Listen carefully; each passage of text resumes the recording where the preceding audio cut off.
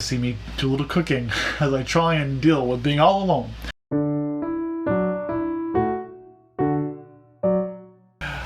Okay, I forgot to film an introduction here. Hi, I'm Josh, welcome to my video. No, that's not right. Hi, I'm Josh, welcome to my channel. Here we're going to be doing a review of the Glass Hotel, and I decided to vlog a little bit of my experience too. This isn't a complete vlog, but I basically give some feedback along the way, and I also provide you fun little clips. You're going to see editing Josh, i.e. me, add a few parts in this video because I didn't really plan on vlogging. So when I did, I didn't really give introductions to each part. You'll also see me do a little cooking as I try and deal with being all alone. Alright, now I'm filming in front of my new shelf, which I'm using as part of my TBR shelf. Can't really see all of it because it's still so low, but I'm excited. So I hope you enjoy watching my vlog here. For the majority of what I talk about here, it's just going to be my feelings. If I get it all into the details of the plot or even the way the plot is coming together, I'll make sure I give a warning, like even as a mild spoiler. I never really get explicitly into this is exactly what happens because that's not what I want to do here, but I hope you can enjoy watching this, and if you don't want to get spoiled, I'll make sure I warn you along the way. In the meantime, have fun. Okay, I'm currently reading The Glass Hotel by Emily St John Mandel, the writer of Station 11. To give a bit of an introduction there, I did read Station 11, and like most people, I enjoyed it. I didn't love it as much as the majority of people on BookTube seem to have done. For whatever reason, I guess I enjoyed the premise, but I had trouble really caring much for the characters as much as I would have liked to. I did come into this book a little pessimistic. I requested this book on NetGalley because I recognized her name, and I was just so excited to be on NetGalley. It was when I had first signed on, and then I got approved for it, and then I've since sort of lost my excitement and became sort of anxious about the idea that I didn't much like her writing last time. What if I don't like it this time? And so I didn't have the most positive view coming in. Well, that said, it is different listening to an audiobook than it is reading one. And so coming into this one, reading her writing rather than listening to it, I'm finding I'm enjoying it more. I'm happy to report that I'm enjoying what's happening. It started off really strong, basically introducing us to one character who's very flawed, but also makes for very exciting storytelling. And it's still unclear exactly where the plot is going. I'm 30% through the book, and at this point we've been introduced to a number of different characters, and it's not entirely clear the role they'll be playing. It definitely all seems to be revolving around this one hotel, which is the centerpiece of the novel, hence the title. However, we don't necessarily introduce the hotel right away. I'll refrain from saying more than that so as not to spoil the novel. The basic concept here is that it is a very intricately told story from multiple character perspectives that seems to be coming together to tell a full narrative. And it's difficult from that sense, but it's also really intriguing. At the beginning of each chapter, you have the chapter name, which seems to allude to what the story or what that chapter is going to be covering. But you also have in very tiny text, a subtext of a date. And I did not notice or pay much attention to those dates when I first started. But it turns out each chapter, these dates, they can vary significantly. So when I talk about different perspectives, we're also talking about different points in time. And so the way it all interconnects, it's clearly been intricately woven together by St. John Mandel with a purpose here, to tell the story in a specific way. It is important to make note of, and I'm probably just dumb. It's sorry, because I'm sure most people would think to themselves, oh, that's probably important, but I didn't do that. Didn't even notice the date when I first started reading it. But once I did that, things started to piece together a bit more. That said, it's still very much I want to say mystery, but it's not exactly, it's not a mystery type story, but it's a mystery exactly what the story is. And I guess that's sort of what you expect sometimes from literary fiction. It's the way in which a story is told and trying to understand where the story is going or what the story is to begin with. That is the fun part, right? And I'm very much enjoying the way she's telling the story, and I'm also just enjoying how when we switch from one perspective to another, basically from one character to the other, we're getting a good background into their character to really understand who they are and what role they're playing here. It almost seems a little deceptive at times at how much we get invested in a character, because at this point there are characters I'm not even sure how much they matter, if they're coming back, if their role is complete. It's tantalizing because I'm curious what's happening with these characters, or if that's all they have to say. But you know what? I guess that's an example of just great writing and great storytelling. So props to Emily St John Mandel. And so I'll get back to you when I finish reading. Hopefully I'll be done with this in the next couple days. Okay, so after my first section of reading this, I was really hesitant to pick it back up. It took me several days to actually start reading. I think it was Sunday that I ended up pushing it all off because I was a little anxious about what was going on. I clearly am enjoying it by now, but I started to feel a little worried that this could really fall apart. Like, part of the fun is figuring it out. But now I figured it out. Now it's a question of will the plot actually stand up and be worth the fun of figuring it out. So we'll see if that works out. But what you're going to see here is me doing some repairs on my bike, which ended up popping somehow. I guess I overflated it, which is weird though, because it popped when it was just sitting in my living room after I just took it on a bike ride, and clearly I'm doing something wrong. But I'm going to try and get that fixed. What you see here, it is still where I'm at, and considering the quarantine, or the self-isolation, I really need to get that fixed still. Obviously it's exhausting being at home, and that's my only way to explore outside of home safely.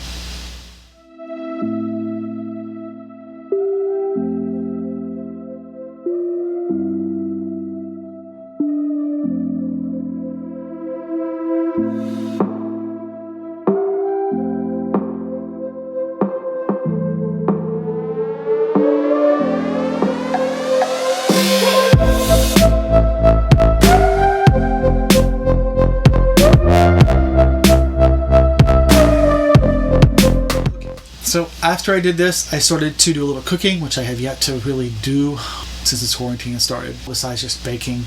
And what I'm working on here is putting together some of my vegan cheese. I'll link below in the actual recipe. Now I've got to the point where I use it so much, or do it so much, that I don't actually do the recipe. And because of that, I did use a surplus of supplies.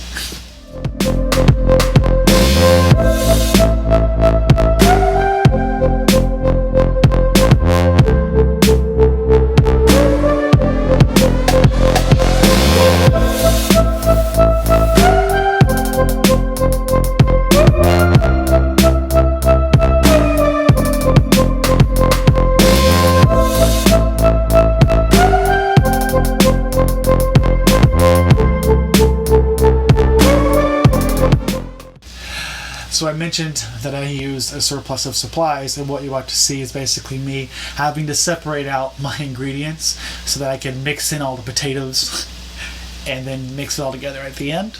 I use a lot of oil, obviously. Normally it doesn't call for that much, maybe a fourth of a cup, but again, I used like a triple recipe here, and it's gonna be delicious.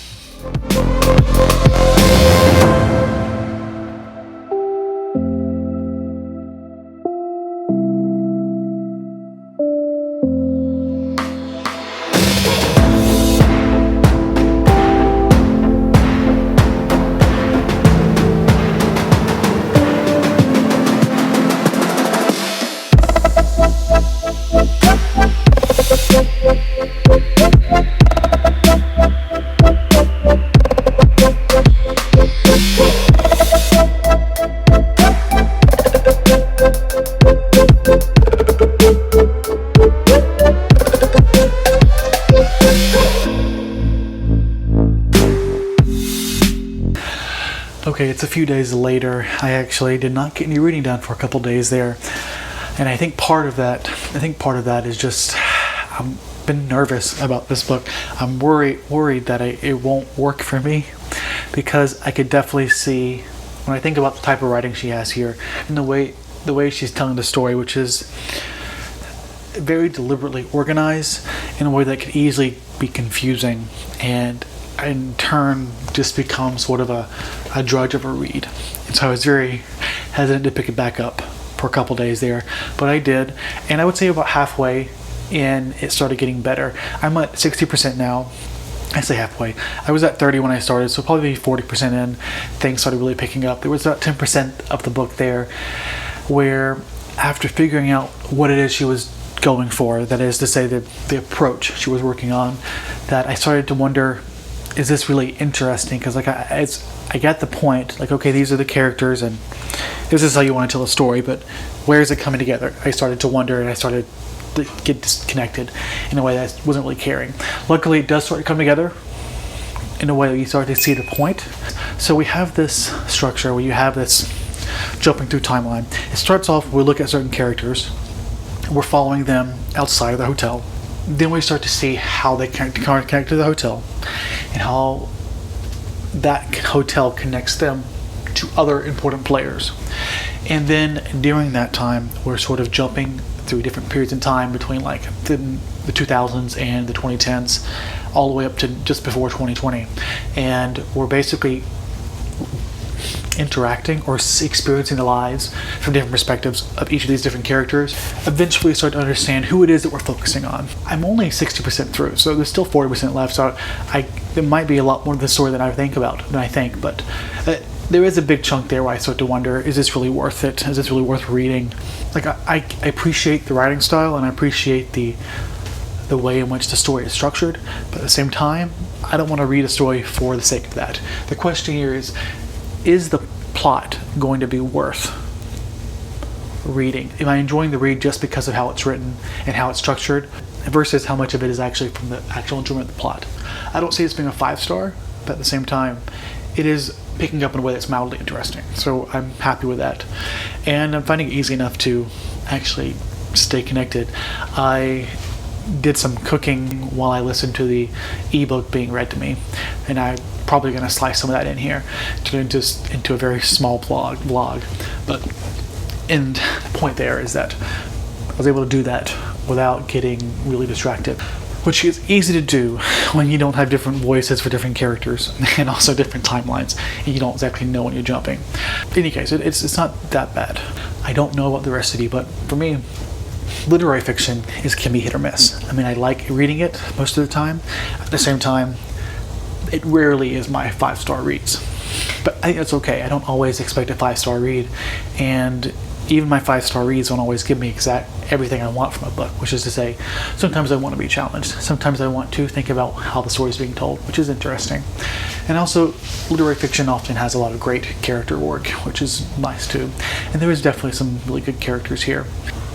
Yeah, that's where I'm at right now. I think I'm going to lay down and do a little reading before I go to sleep. I was getting anxious before, after I finished cooking me some vegan cheese, which is what you saw before probably. And it's really hard, this quarantine thing, or this self-isolating, and you don't know if you're getting in your own head or if these are actual symptoms. It's much easier if you have very explicit symptoms, but then there's certain, they said it can be milder, so it's like, how mild are we talking about? Is every little thing I experience a symptom? Because it could be, and the worst part is that like it sends me spiraling, where I start thinking about it and then I start panicking, and it just sort of exacerbates the actual symptoms. I can't tell the difference between a panic attack and an actual symptom. The fact that it's not persistent makes me think that the couple times that I thought I've experiencing something must just be a panic attack. But obviously something I'm monitoring. This really isn't the video for this, but I guess I'm talking about it now. When I was younger, I had asthma. I think I grew out of that, but part of me does wonder if it's an underlying health effect that still exists. I'm not sure, and so I am terrified. I mean, I don't want to die, but I don't want to waste the time or the energy of the health services that we have right now. This is really tough. I could cry, actually. I'm gonna go to bed. So I finished the Glass Hotel, so let's talk about it. I knew I should have done this before I started working today, because now it's pretty much left my mind, all the feelings I had. I've decided I'm not going to do an all-out spoiler section. I still want to talk about the overall structure and type of narrative she's doing here, just because it's sort of relevant. So I guess we're gonna have another mild spoiler section after this. But overall, I enjoyed the book. Ended up giving it 3.5 out of 5 stars. Part of that was just because the plot wasn't that interesting. I mean, the most intriguing thing about this was the writing and the structure of the novel. But when it all came together, ultimately, I just didn't care as much. It was like, okay, this is it. This is the big shebang? Okay, I'm sorry, but I don't care how interesting and intriguing the writing or structure is here. The actual plot is just not that compelling. We're basically following a bunch of characters, looking into this idea of redemption, where you have these flawed characters who have these multiple opportunities to correct themselves. And we're basically seeing them fail. It seems in the end to center around one particular character, to the point where by the ending, I actually was really intrigued. I thought the ending was really good. A good way of sort of closing everything. But it didn't save the middle part of the novel, which still felt very bland.